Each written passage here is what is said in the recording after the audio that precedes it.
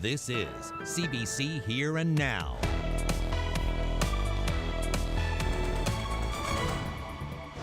It was like a, I don't know, like a bomb. Bomb exploded. How this Newfoundland man survived 8 hours of Hurricane Maria. The kids are facing consequences, but who are they mimicking? We need to look at ourselves in the mirror. So excited for the future bright city. St. John's elects the most women ever. Periods of heavy rain move in tonight and through the day on Thursday across the island in Labrador. Yeah, snow still on the menu. All the details coming up. Welcome to Here and Now tonight. Bassem Eid went to the Caribbean to study climate change, but he got a closer look at extreme weather than he would have ever liked to have. Yes, absolutely. He was on the small island of Dominica when Maria, Category 5 hurricane, literally tore through his hotel room. And as he tells Here and Now's Glenn Payette, he didn't think he'd make it out alive. With sustained winds of 175 kilometers an hour, Hurricane Maria ripped apart Roseau, the capital of Dominica in the Caribbean. And St. John's businessman Bassem Eid had a front row seat. The corrugated sheet on the top of the roof was gone, and big bang. I mean, you know it's gone. And then the rain started to pour in. Eid's fifth-floor hotel room was shredded, torn apart. So I quickly put pillows under the desk and wrapped myself with the bed spread and put the chair against the desk and just prayed. Not only did the wind take off the roof, it blew out a door which made up most of a wall. Did you think at some point, I'm not going to make it? Oh yeah, the entire 8 hours.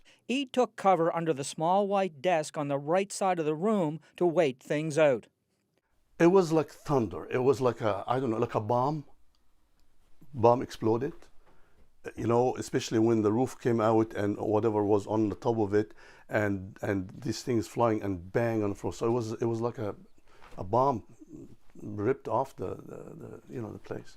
Eid is an engineer and environmental consultant and, coincidentally, was in Dominica with a colleague on a project dealing with the impact of climate change on small Caribbean islands. And he's glad he went through the hurricane. Now to experience it firsthand, now I know what it means to be in Category 5, hitting a country or a place. It's devastating. And I think, obviously, a lesson learned, a lot of lesson I learned, and which I hope to apply in that project. How to now design climate resilient infrastructure, homes, be prepared. This country was not prepared for this. I was not prepared. And he has a simple message for climate change deniers. We know the prediction is that the climate change will increase the frequency of these severe storms and the intensity of it. And this is a good example. So I think this is a sort of a lesson saying it was not a joke. This is real. Glenn Payette, CBC News, St. John's. Well, by now, most of us have seen the video. Kicking, slapping, hair pulling, girls brawling on a field in Southlands while boys record it on their phones and cheer them on. So why did this happen and what should authorities be doing about it? Here and Now's Terry Roberts has more on that side of the story. It's quiet and peaceful here today, but that wasn't the case on Friday after school.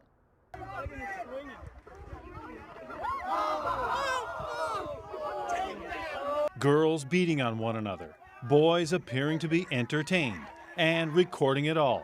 So what does an expert in conflict resolution think of all this? That when pushed into a corner, teens will sometimes do things that are otherwise socially unacceptable in order to feel accepted. But she says they come by it naturally. Though the youth have to take responsibility, I think ultimately we need to look at ourselves in the mirror, right? I mean, the youth are the canary in the mine shaft. And if we don't take seriously what they're doing and recognize that we're actually looking in the mirror when we see that, then we're just, how media deals with this is definitely just going to perpetuate the problem. Vandering says empathy should trump punishment. She says parents and teachers should investigate what happened, but she says students should also be given the chance to talk and be heard. The students are from St. Peter's Junior High in Mount Pearl, mostly grade 8 and 9. This did not occur on school property, but the school has doled out discipline and offered guidance supports. But it didn't end there. Here's an edited video of a fight near the school on Monday. Violence like this is not unique to St. Peter's, but a recent survey revealed the school may not be as safe as others. 23% of students at the school reported being bullied or harassed physically at least once or twice, compared to the district average of 16%. No one from the school or the district are talking. Terry Roberts, CBC News, Mount Pearl. Well, blowing snow and gusty crosswinds contributed to the crash of an Air Canada Express flight. That's the findings from the Transportation Safety Board. It says the plane drifted towards the right edge of the runway after it landed at Gander Airport in April last year. It then struck hard snow before the landing gear collapsed. The airplane was operated by Exploits Valley Air Service. 3 passengers were injured in the crash, and the plane was heavily damaged. Well, now to last night's municipal elections in this province. The council that St. John's Mayor-elect Danny Breen will be working with looks quite different than the previous one. Some councillors have retired, 4 sitting members failed to get re-elected, and the gender balance has shifted dramatically. Here Now's Mark Quinn reports.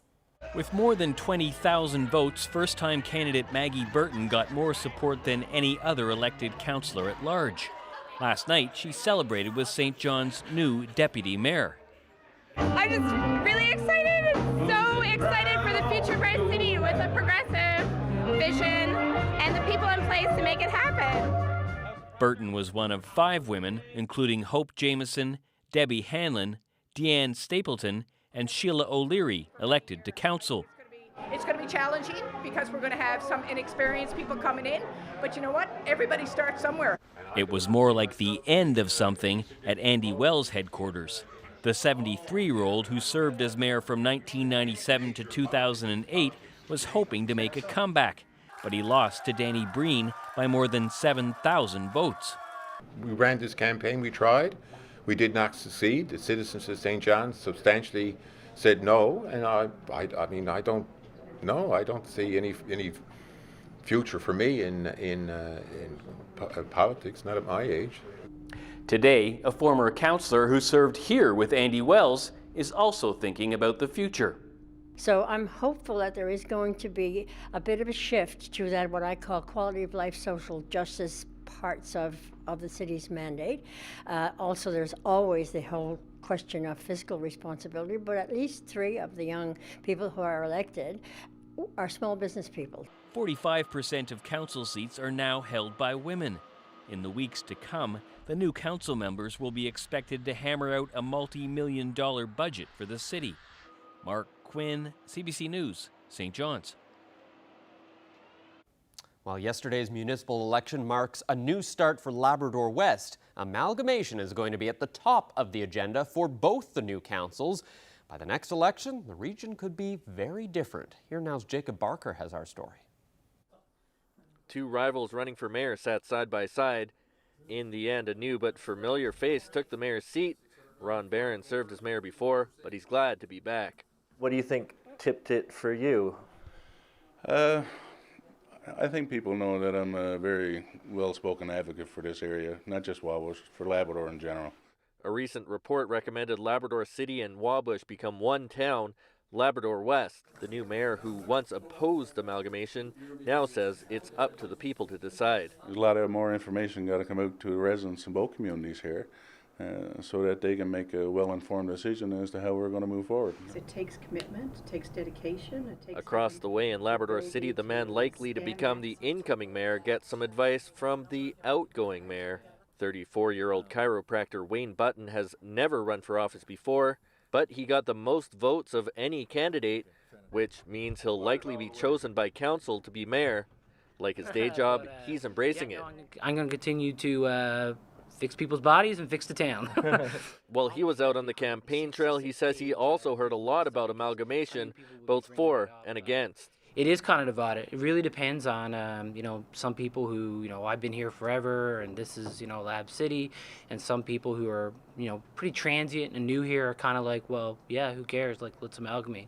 So it's really going to be interesting the next couple of months what happens. It won't be long before the council here in Labrador City is sworn in, as well as the one across the way in Wabush. After that happens, they can both get to work on the future of their own communities, as well as the future of the region of Labrador West. Jacob Barker, CBC News, Labrador City. Well, to another part of Labrador, in Happy Valley Goose Bay, the newly elected mayor hopes to hit the reset button on the town's relationship with Nalcor. Former PC MHA and Cabinet Minister John Hickey won the mayor's seat last night. He supports Muskrat Falls and would like to see Gull Island developed to create long-term jobs. I don't think the town of Happy Valley Goose Bay got near what we should have gotten out of that project. When I see young people in my community today, I know electrical apprentices that are walking around that have not gotten jobs at Muskrat Falls, while I see people from other provinces coming in and taking these similar jobs. So no, I'm going to be watching out for this kind of, because we have to live up to the agreement. The residents of Victoria voted down a proposed transition house last night, and while all hope is not lost for the project, those who need it most are hurting today. Here Now's Ariana Kelland explains. John Snellgrove is one of the lucky ones. I just wanted to use, drink, and hopefully one morning that I wasn't going to wake up, face the reality and face the facts of it, and the people that I heard on the way. Lucky that today he's in recovery. Snellgrove is one of the people who's been hit hard by last night's decision against opening a transition house. It would have allowed recovering addicts a place to go after rehab, to keep them away from their demons, to keep them alive. Snellgrove hasn't gone back to his house since he finished his program. He can't, not if he wants to stay sober. Something I never want to live through again. And if I went back there, there's no question in my mind that I wouldn't be sat here speaking on behalf of this today. The Bournes have been operating the U-Turn drop-in center for 6 years. They've outgrown the space, and they had just 2 weeks to convince Victoria that a transition house would be a good thing. It didn't work, but that doesn't mean other towns have the same mindset. We've heard from other neighbouring towns that they wish that they had a building right now to give us so we can open a transitional house. I mean, we've been in Carbonear for 6 years. We were quite welcome to be here. John Snellgrove was born into a home with addiction. And one thing I always said, you know, like when I got a little bit older, like, how can grown-ups do this to their children? But today I understand. Back then I didn't understand. I was too young to understand. But now today I understand. It's not all their faults, because they have the same illness as I got. Now he says it's time to break the cycle. But Snellgrove says he and many others can't do it alone. No question, and I am not ashamed to say it, that I owe my life to Jeffrey and Tammy Bourne. Ariana Kelland, CBC News, Carbonear. Well, it's been a tough road for John Snellgrove. He has a powerful story to tell. Here's more of it. I grew up in an alcoholic home too, and it wasn't pretty then. And I remember back when, I guess when I was 6, 7, 8 year old, I guess probably even earlier, that there was many nights that you knew at certain times of the week or certain times of the day, or that in the night times I have a older sister and a younger sister. I used to, you know, I was more or less the big brother or the protector type thing, and when things get out of hand, I used to just take them and move them and would support one another. And I can remember times they're very young in elementary school, and I used to have to get ready and get the girls ready, and we have to try to do the best we can to hide the fact that and get dressed while I wait for the bus in, you know, to go to school in the mornings. And the one thing I always said, you know, like when I got a little bit older, like how can grown-ups do this to their children? But today I understand. Back then I didn't understand. I was too young to understand. But now today I understand. It's not all their faults, because they have the same illness as I got. And I always said that I am never going to put my kids through what I went through when I upbringing that I had, because it was no life at all. Thanks for, you know, some of my aunts and uncles and stuff like that. We and most times we stayed together.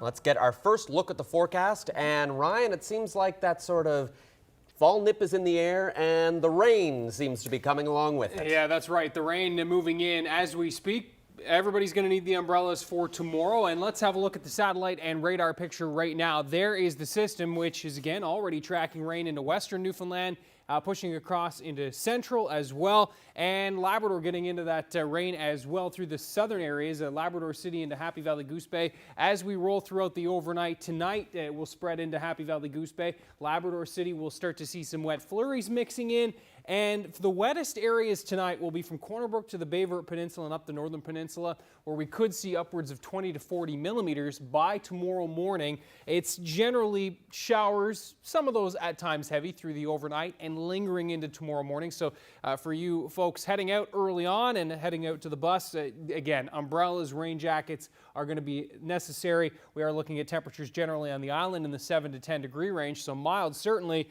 Periods of rain mixed with snow in Lab West for certain, possibly into the Happy Valley Goose Bay region and higher elevations of southeastern Labrador as well. We'll talk about the very wet looking Thursday right across the board. Rainfall warnings in effect for parts of the Avalon. Those details are still ahead.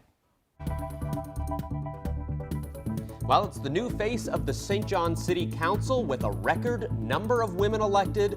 We'll speak with a few of them about what their priorities are going to be.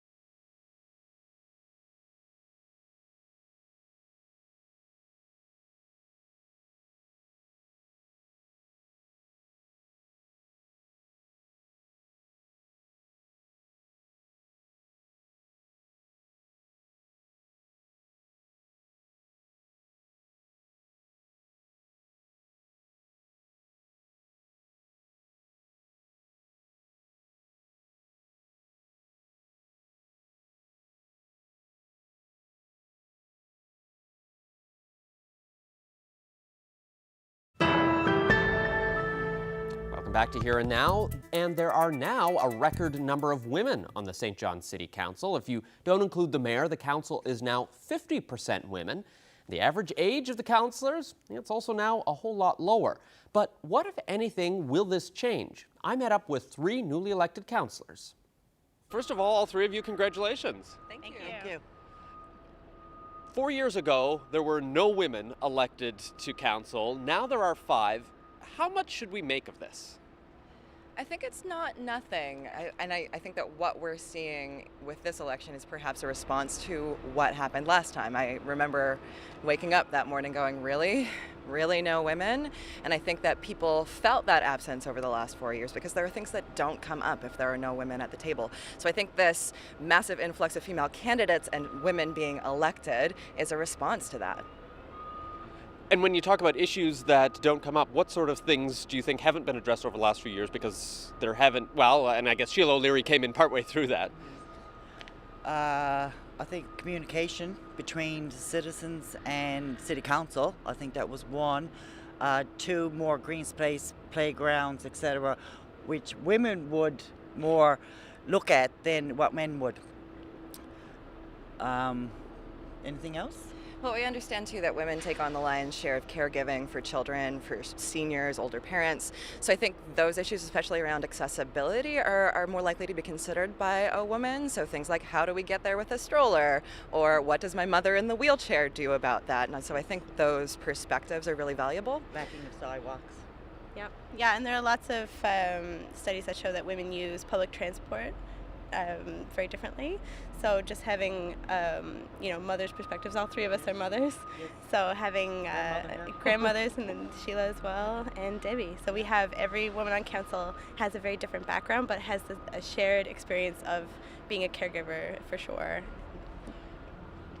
This election, Equal Voice put a big push on having candidates, schools, providing more support. How important was that for all 3 of you, just talking about in terms of getting you running and then being able to give you the tools? I had already decided to run long before I had heard about the candidate schools because I started planning in February. And yeah, I think they're really great, but I didn't avail of the really emphasis. But I think having an organization that's specifically mandated to say, hey, actually, you can do this. So you are a person who is qualified to do this. Your life experiences have prepared you to run for public office is so important in just having women go, yeah, maybe me. Maybe I could do that. With myself, it's not. You've run. This is not your first rodeo. This is not my first time. I didn't use the school and whatever. This is probably my 4th, 5th. Since 1997 was my first run. Now, I've seen some comments from people saying we shouldn't really make a big deal of the fact that it's women who won. It's the best candidate is always going to win. So what do you say when you hear people making those sorts of comments? My response to that has always been, yeah, don't vote for me because I'm a woman. Vote for me because I'm the best candidate. But as we just discussed, I think that having a diversity of perspectives represented on council is always better than a uniform perspective. And there are things that women live through differently than men. So I think that having that sort of diversity of lived experience, of perspective, and of voices at the table is so important to having a council that represents the actual population of the city. Well, and we've been talking about women, but it's also, when you look at the average age of the councillors, that's also going to be a big change coming into this council. You've got a lot of people who are in their 30s. What do you think that's going to change in terms of the perspective the council has? Well, I think I'm the youngest councillor in the oldest city in North America at 26 years old. So I think that youth have a lot of different perspectives on issues. Again, like public transit is another thing that young people use differently. So I think we're going to see a safer city. We're going to see a more user-friendly city, a more accessible city, because these are issues that youth care about as well. Life looks really different for people our age. I'm 28 years old, and so our experience of coming into adulthood is very different than generations past. So there's things like the gig economy, endless internships. There's much more student debt than there used to be. So we look at things from a different perspective. Also, we have to live here for a really long time. time, hopefully. So I think that the longer view is going to be really important, and I think that that's going to change how we make decisions on council, because we sort of take that step back and think, okay, but what about 50 years? We interface with technology differently as well, so I think that there's really fertile ground for increasing our ability to communicate with residents using things like social media. Well, now is going to be the real work. You've been elected, and good luck with all the decisions you're going to have to make. Thank you. Thank you very much. So much.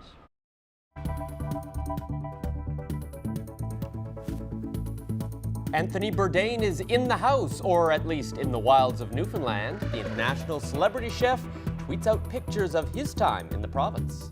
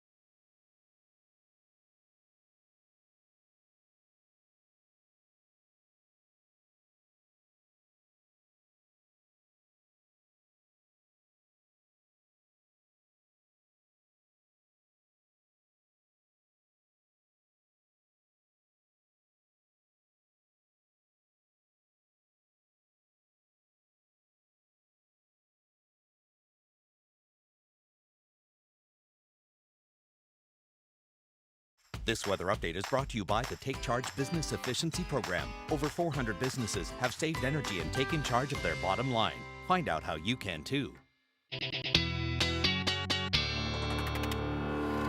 Raincoats and rubber boots, the uniform of tomorrow, it sounds like. That's right. And a really wet day for some of us, especially in the east as we roll into the afternoon. Let's have a look at your weather on the way headlines. And again, rain, the main theme here. Rain moves in tonight. We're tapping into some tropical moisture, and that is why it's going to be so wet across the Avalon and the Burin. And yes, that snow will mix in for Labrador. Let's start with the rainfall warnings that are in effect for the Southern Avalon. We have special weather statements in effect for the Northern Avalon and the Burin Peninsula. Rainfall amounts here won't quite reach warning criteria or aren't expected to, but will certainly be on the high end. We are talking about 20 to upwards of 40, even 50 millimeters for the Northern Avalon down towards the Burin Peninsula, especially the southern part of the boot. It's the Southern Avalon where, again, forecast models are projecting upwards of 80 to even 100 millimeters, not out of the question locally along that Southern Avalon by the time we get to Friday morning. Also, direct your attention to the Corner Brook, Northern Peninsula, Bayvert region. Could see 20 to 40 millimeters there tonight. That is, again, tonight into tomorrow morning, thanks to the leading edge of this system, which is rolling in. There's Maria, which is also going to be contributing some moisture to this cold front. Most of it, thankfully, will be not making it here in time. That cold front will be moving offshore. And here's how it plays out. There is a big stream of tropical moisture funneling in on the other side of Maria. And here's how it all plays out. That moisture feeds into this cold front. And watch your timeline here. Thursday morning, it's still not quite here. Certainly into some rain. But those heavier rains coming in as that tropical moisture arrives for Thursday afternoon into the evening hours. Now, the good news for us, by the time most of Maria's moisture makes it up into this cold front, it's moving off and offshore away from the Avalon. So we are getting a bit of a break here, and that the window of opportunity for that tropical moisture is a pretty short one. It certainly will be wet, but not as wet as it could have been had that front been moving slower. So here's how it will play out. Those periods of rain roll in tonight. Again, at times a little on the steady side, even in the east. Best chance of some thunderstorms will be over the west coast and Northern Peninsula. That is indeed where our heaviest rain will be as well. By Thursday morning, we're looking at wet snow chances, higher elevations of the Trans-Labrador Highway. Not ruling it out for Happy Valley Goose Bay, but certainly the best chance will be for Churchill Falls and Labrador City.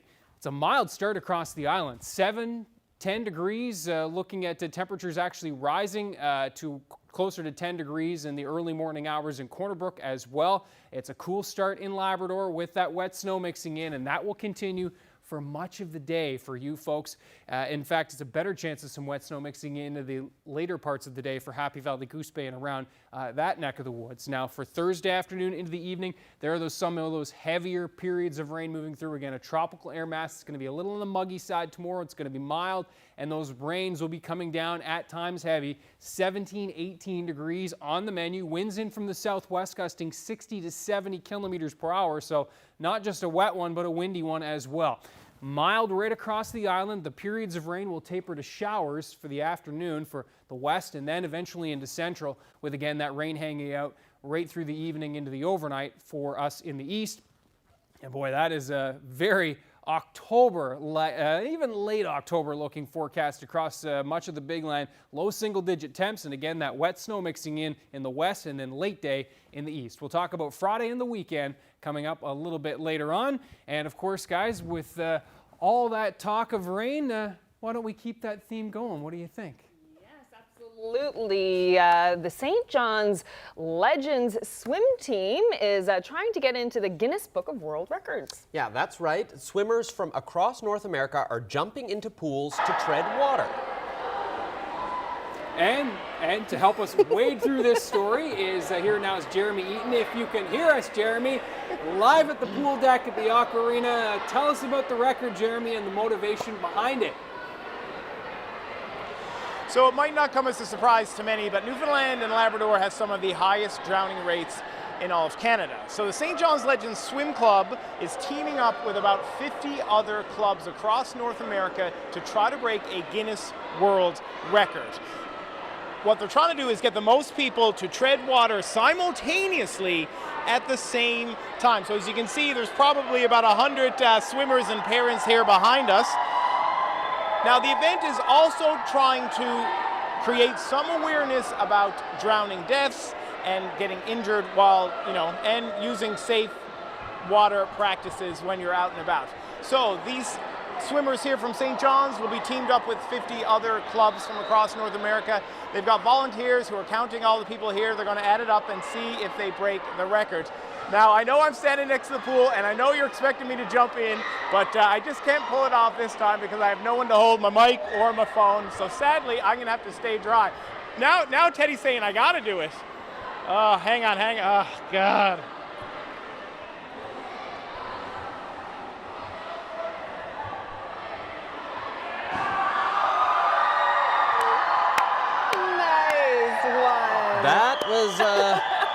I don't know what, Carolyn, what score should we give him? You know, is that was pretty 7? good. Definitely. Awesome backflip there, Jeremy. I'm so glad he did that. Well, at least they've got another one to add to the record book. He's treading water there with everyone else, so. Well, from performing in the water to performing on stage, Tartuffe kicks off its provincial tour at the St. John's Arts and Culture Centre tomorrow night with Newfoundland actor, Bob Joy in the lead. Have a look. God, listen to me. I beg you to pardon her brazen words. Fear not, Lord. I'll leave this garden of forbidden fruit at once. No, Lord, make him stay. Madame Elmira has asked to see him today. Really? Yes. When? Right now. Right now, by all means, yes. Ah, the great prophet yields to the flesh as I guessed. Looks familiar. It's because of his recurring role in CSI New York. Moliere's Tartuffe was loosely adapted by actor and author Andy Jones and is set in pre-Confederate Newfoundland. The National Arts Centre's Jillian Kiley, who is from Gould's, directs the show. Tickets and tour information are available on the Arts and Culture Centre website. Well, no need to wonder any longer if it's true that a celebrity chef is in this province. Author and television personality Anthony Bourdain has confirmed it himself.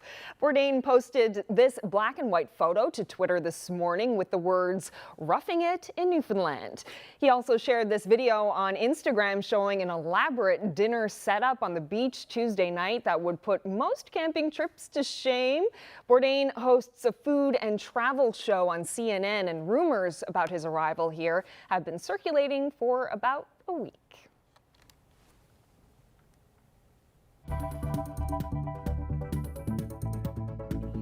Her reaction to being bullied several years ago in high school made national and international headlines. Up next, Linnell Cantwell reacts to this week's video of student violence.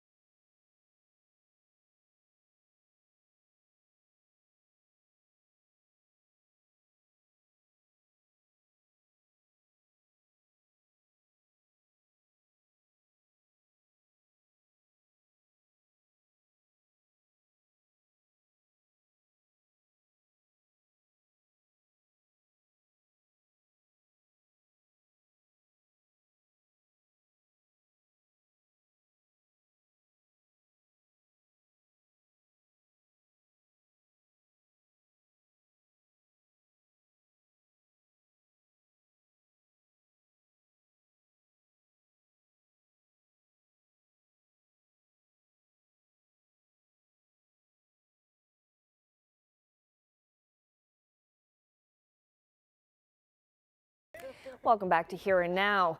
Well, there's been a lot of reaction to this video that shows a group of junior high school girls brawling last Friday in Mount Pearl. Now, one of the people speaking up is a young woman who experienced a cruel form of emotional bullying in high school and managed to turn the tables on her bullies. You may remember Linnell Cantwell. 2 years ago, she saw her name on an ugliest girls in grade 12 list at school. Cantwell stood up to her bullies in a Facebook post, which was shared thousands of times. It made international news, and she even talked about her experience in a national documentary. Well, yesterday, Cantwell once again took to social media to share her thoughts about this disturbing video. We spoke with her about it this afternoon. So, Linnell, you saw the video. What kind of emotions did it stir up inside you? It stirred up a lot of hurt. I just felt very upset, and it was just like, it brought up a lot of the past. I didn't even watch the full video. Like, I had to close out of it. I was like, why would people do this? And post it online. And post it online. It was like a whip to the back. It just hurt. Now, some people may look at this video and say, oh, you know, it's just kids, they're roughhousing, this isn't really bullying. What would you say to those people? That they're wrong. It wasn't roughhousing. I mean, for me, roughhousing, I think of me playing around with my brother, my older brother, my siblings, like that kind of thing. This was pure on bullying. This was people targeting another girl, and for people to cheer it on, like, it was like the bystander bully kind of issue that you learn all through elementary school. It was like exactly that.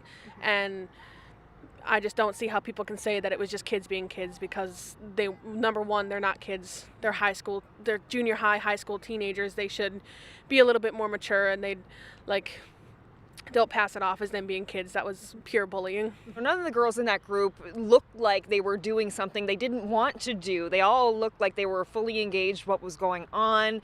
What do you read into that? I read in that there was probably some like negative issues going on there, and they felt like that's how they needed to solve it. What do you imagine those girls were feeling during the fight? Pain. That's my number one. And I feel like they were also very angry. And maybe after the fight, they started feeling that little bit of regret or remorse or being upset at the fact that, like, what just happened. Do you think there was a lot of pressure involved? 100%. Like, I'd even go 150%. There's so much pressure in high school to fight. Like, you can see that two people aren't getting along, and then, like, there's rumors that spread, and they're like, they're going to fight at lunch. And then you just feel like you need to, because you can't just back out of that. And I feel like that situation happened a lot in my high school as well. I feel like they felt like they needed to do it, because if not, they would have gotten backlash from a lot of their friends and stuff around them. There seems to be a never-ending supply of stories about bullying. What do you think that parents and peers and schools, what more do you think they need to do to help stop this kind of incident from happening again? I feel like they need to stop, like, downgrading it. I feel like a lot of people, like, even in the comments, it would, like, the people were saying, oh, it's just kids being kids. Oh, what is the school doing about this? Like, that kind of stuff. And it doesn't, like, yeah, the school has to do some, like, disciplinary action towards these children. But, like, it's down to the peers and the parents and everybody that surrounds these kids, too. Like, we're upbringing them. We're raising them. We should be able to sit down and have an open discussion with these kids and talk back and forth and have that key to trust and responsibility towards the kids and towards adults. And I just feel like if people, like, if you didn't downplay it like they're doing, then I feel like bullying would definitely not be as prominent as it is right now, because everybody just shuts it out. Like, they're just like, oh, that's not bullying, but, like, it is. And you know firsthand. Yes, I do. So I feel like being able to have that open discussion and, like, bringing it out in the schools and having people talk about it and having it in the news and just having it out there for kids to see that this is not right. Well, Linnell Cantwell, thank you so much for speaking with me about this. Thank you for having me. It's my pleasure. Well, we all got a little bit wet. Well, I got wetter than I thought I was going to. So we're going to talk to the coach from the St. John's Legends to learn more about why they were treading water here at the Acme. That's coming up.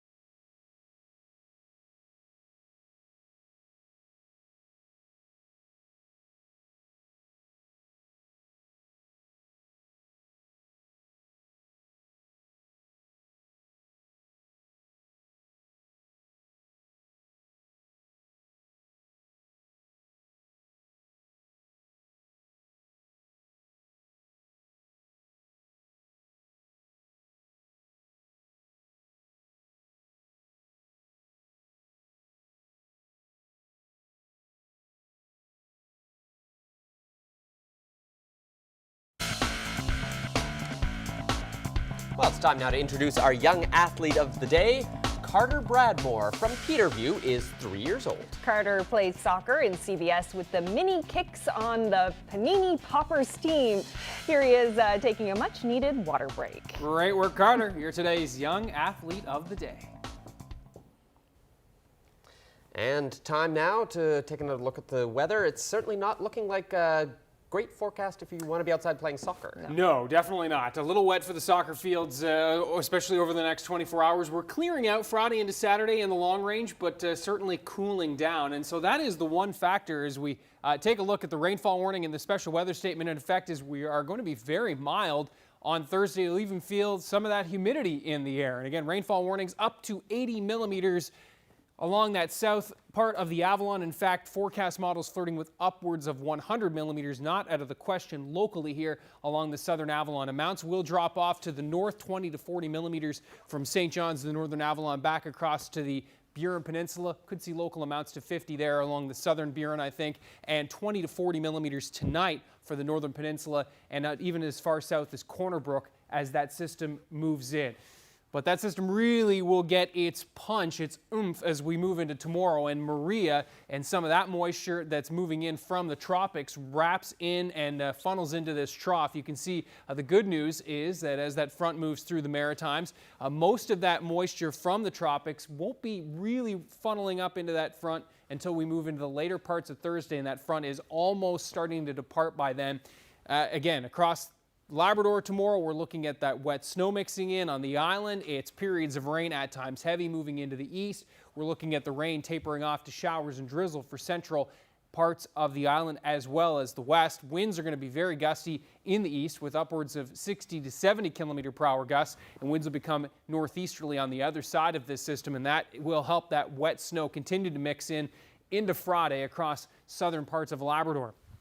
Lingering showers and drizzle are the name of the game, especially the west into central parts of Newfoundland on Friday. For the east, it's periods of rain, then tapering off to some showers and drizzle into the afternoon. Note temperatures are going to be quite cool, 9-10 degrees for central. We should get to 12 or 14 degrees along parts of the west coast. Single digits yet again in Labrador. 2 the forecast high in Lab West, and a pretty good chance of some wet flurries mixing in even into the afternoon. That moisture will start to depart, though, as the system pulls away. 14 in St. John's, but again, that northerly wind will be dropping temps, I think, into the afternoon as it really starts to punch in. By Saturday, we're looking at dominant clouds along the northeast coast, some lingering drizzle in there, not out of the question in the morning, but drier into the afternoon, some sun breaks even in the mix. 9 degrees, single digits along the coast. I think we're 10 to as warm as 11 or 12 along the south coast. Increasing clouds through Labrador as our next system gets set to roll in from the northwest. That system will move into Newfoundland with a chance of showers into the west, maybe central late day Sunday, but I think we're staying dry in the east. Monday, Tuesday looking okay, but again, temperatures just kind of riding that double-digit mark. And into Labrador, that system will move in on Sunday with showers and even wet flurry chances by Sunday night. Yeah. Not a fan of that forecast. No? I almost feel like making you go back and do it again, Yeah. but you know. Well, it's got to take a turn sometime. That's true. We You got a know, the great weather is summer. nice inside at the Aqua Arena.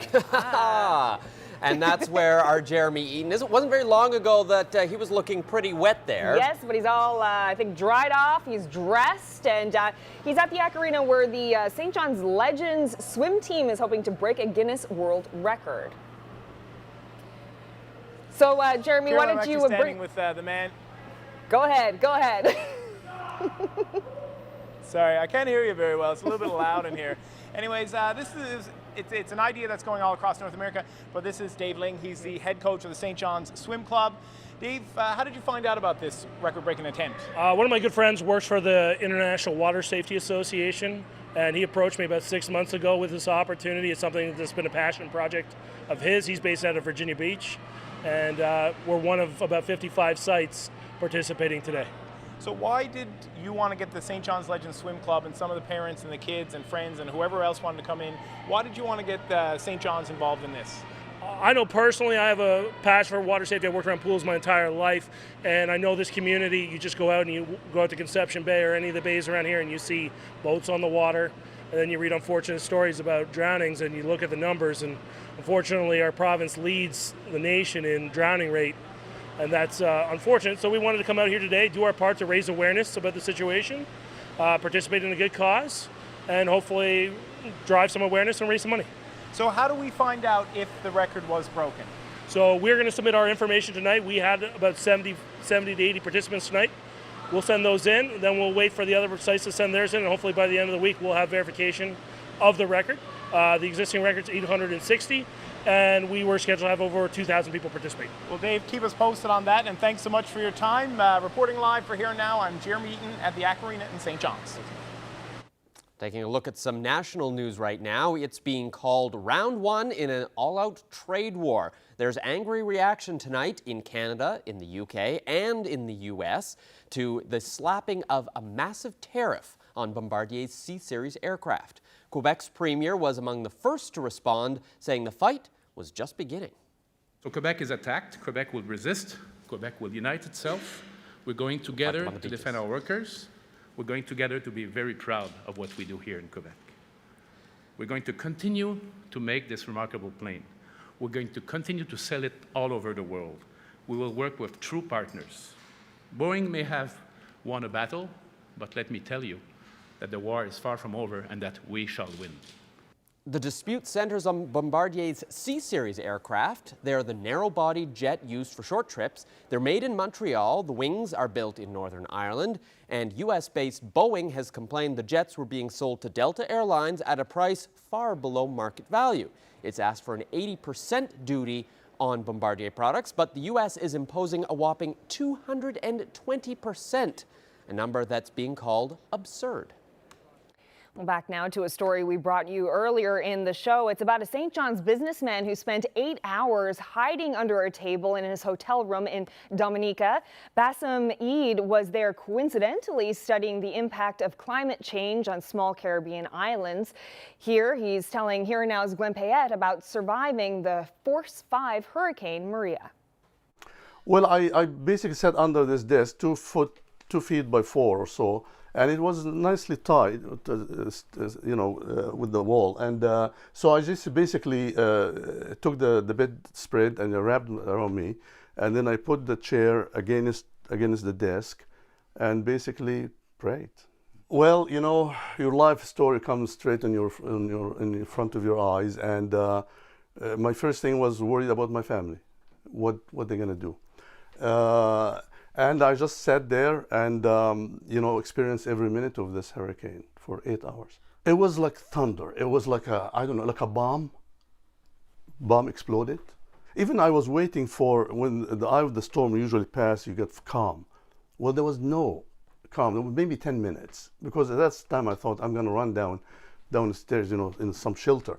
I'm glad I didn't, because that would be.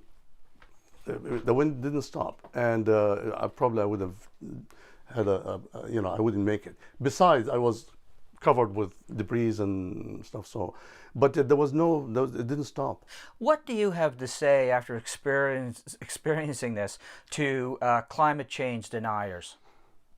Well, we know who I'd like to speak about, Mr. Trump himself. Well, you got 4 severe hurricanes back to back, from Harvey to Irma to Jose and then Maria, all back to back, and hit the most vulnerable islands. Like we look at Puerto Rico and Barbuda and the rest of them. So we know the prediction is that the climate change will increase the frequency of these severe storms and the intensity of it. And this is a good example. So I think this is a sort of a lesson saying it was not a joke. This is real. This is straight into the area of my interest or expertise. Now to experience it firsthand, now I know what it means to be in Category 5, hitting a country or a place. It's devastating. And I think, obviously, a lesson learned, a lot of lesson I learned, and which I hope to apply in that project. How to now design climate resilient infrastructure, homes, be prepared. This country was not prepared for this. I was not prepared. Well, you're looking at our viewer picture of the day, and not only will I ask you where this is somewhere on the island, Trinity Bay, but what do you think they're out trying to catch this time of year? Details after the break.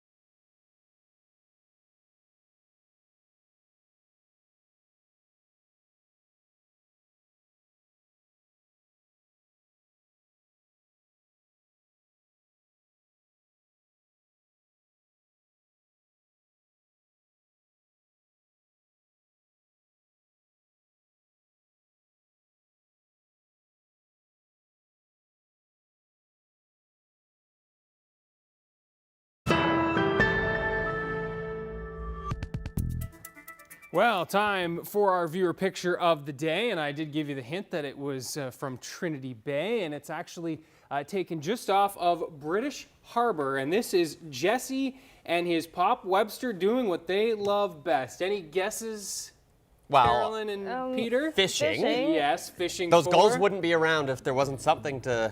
Yes, of course, the fall fishery, food fishery is on right now. And Melanie Parsley shared this on my Facebook page, and Jesse and his pop, they again love doing that, and a lot of folks love hitting the water this time of year.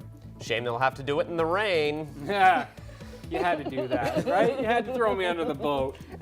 Oh. Nice. Bad forecast and bad jokes.